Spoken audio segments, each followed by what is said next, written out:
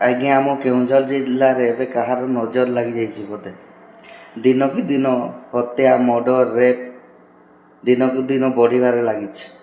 ଗତ 8 ତାରିଖର ଘଟଣା, ବାଂଶପାର ବ୍ଲକରେ ଗୋଟେ 6 ବର୍ଷର ଶିଶୁକୁ ତା ନିଜ ମାମୁଁ ଦୁଷ୍କର୍ମ କରି ମାରିଦେବାକୁ ଚେଷ୍ଟା କରୁଥିଲା। ଏମିତି ଲୋକକୁ ଦଣ୍ଡ କେମିତି ମିଳିବା ଦରକାର। ଏଠି ଭୁଲ କାହାର ରହୁଛି ଆଜ୍ଞା ଆମେ ବୁଝିପାରୁନୁ। ନା ସରକାରର, ନା ପ୍ରଶାସନର, ନା ଆମର ଆଇନ ବ୍ୟବସ୍ଥାର।